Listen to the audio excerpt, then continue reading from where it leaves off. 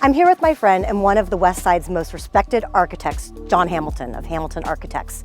Today, we're talking about the designs, details, and trends that are shaping some of LA's most beautiful homes. So John, what is the role of an architect in a post-disaster situation with regards to the permitting, the zoning, all the different elements that you have to deal with when dealing with the city to rebuild? Well, I really think it's, first of all, the most important thing is for us to be completely taking care of all of those aspects for the client. We really, the client's got enough to worry about with insurance, with the loss of their home. So we want to be the person that's responsible for all of that sort of negotiating with the city. The city's been, let's say, uneven in terms of its response to the disaster. They've promised big and maybe not delivering 100% to the level that they said, but there are some interesting opportunities. For instance, with this house, we're taking advantage of the plus 10% that the city's been allowing, and that plus 10%, interestingly, is to the footprint.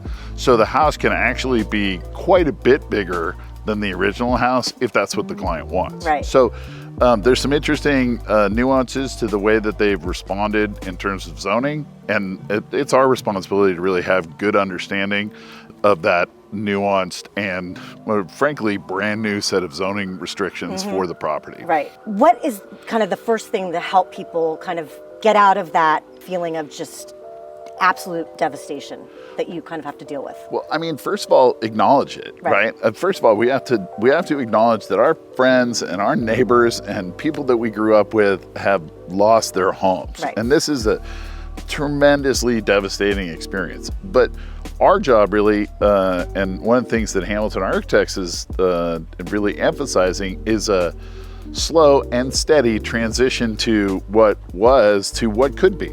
Hey, you know what?